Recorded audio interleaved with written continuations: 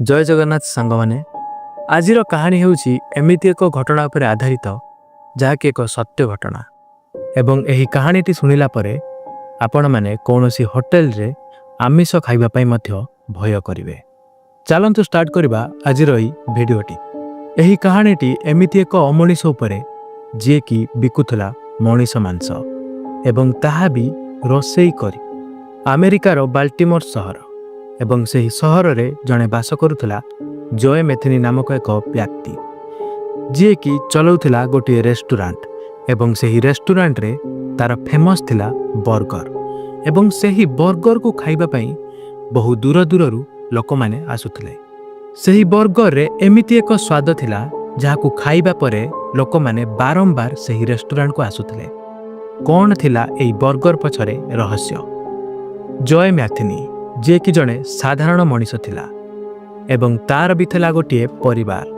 विवाह कर सारिबा परे से तार स्त्री सह रहुथिला। किछि दिन परे तार गोटे पिला हैला एवं तार पिलाटी बड़ होइगला। पिलाटी जन्म नेला परे जय मेथिनी रो हाव भाव रे किछि चेंज आसीथिला। चेंज रो परे तांको घरे सदा बेले कलह लागुथिला एवं एही कलह को केंद्र करी तार स्त्री तार पिला को नहीं किछि दिन पाई कुआडे चलीगला। ता स्त्री ताकू छाड़ी चलीगला परे से बहुत दुखर थिला एवं से ही दुखर कारण पाई ही सी एते लोकों को मारिथिला। घटना अनुसार ता स्त्री एवं ता पुओ जेतेबेले ताकू छाड़ी चलीगले तो सी तांकू चारिआडे खोजिला एवं चारिआडे खोजिला भितरे से बहुत रागी मध्य जाइथिला। थरे सी खबर पाइला कि तार स्त्री ड्रग्स एडिक्टेड हो जाइछि एवं सी गोटे पोल तळुकू ड्रग्स नेबा पई आसुची। तो हठात सांगे सांगे जाई सेठारे से पहुंची गला एवं पहुंचिला परे सेठारे तार स्त्री आउ तार पिला को न पाई से बहुत जोरे रागी गला। से ही ब्रिज तले ताकू दुई जण युवक मिलिले जे कि ड्रग्स कारोबार करुथले। सी जेतेबेले ताकू जाई ता स्त्री एवं ता पिला विषय पचारिला तो से माने सांगे सांगे मना करदेले जहा फल रे से रागी जाई सेही ठारे सेही दी जण को कुराडी रे हाणी मारी देथिला। सेही दुई जणकर चित्कार सुनी से पोल निकटरे गोटे नदी थिला जेउठारे कि गोटे लोक माछ धरुथला। सी जेतेबेले दौड़ी आसिला देखिला कि जय मेथिनी से दुई जण को मारी देइछि। तो सी जेतेबेले चित्कार कला सेही समय रे जय मेथिनी से माछ बिकाली को मध्य मारिदेला। सेही तीन जण लोकों को से मारी सेही नदी रे फोपाड़ी देइथिला। ता परदिन पुलिस इन्वेस्टिगेशन मध्य करथिले किंतु प्रमाण अभावरू जय मेथिनी को छाड़ी दिया जाइथिला। एपटे सी तार पिला एवं ता स्त्री को न पाई डिप्रेशन को चली जाइथिला जहा फल कि सी अलगा अलगा महिला मानक पाखकू जाउथिला एवं सही समय रे जो मानक से घर को डाकुथिला सेमानक सह संपर्क रखि सारिबा परे से तांकू मारी देउथिला एवं मारी सारिबा परे सी सही सब गुडी को काटिकी छोट छोट पीस करिकी ताकू पोर्क सह माने घुसुरी मांस सह मिसाई बर्गर रे पुराई बिकुथिला। यही घटनाटी 1990 रु 1996 पर्यंत चलिला जहा फल कि विभिन्न लोक माने गायब हो गले एवं पुलिस रो संदेह धीरे धीरे जय मेथिनी उपरे आसिला किंतु प्रमाण अभावरू पुलिस ताको अरेस्ट करि पारि नथला।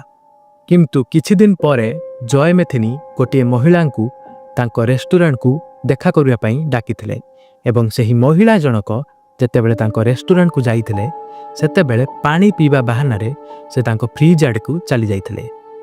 हठात फ्रिज खोलिबा समय रे से जहा देखिला ता मुंड खराब हो गला एवं से देखिकी भय रे बहुत चित्कार कला।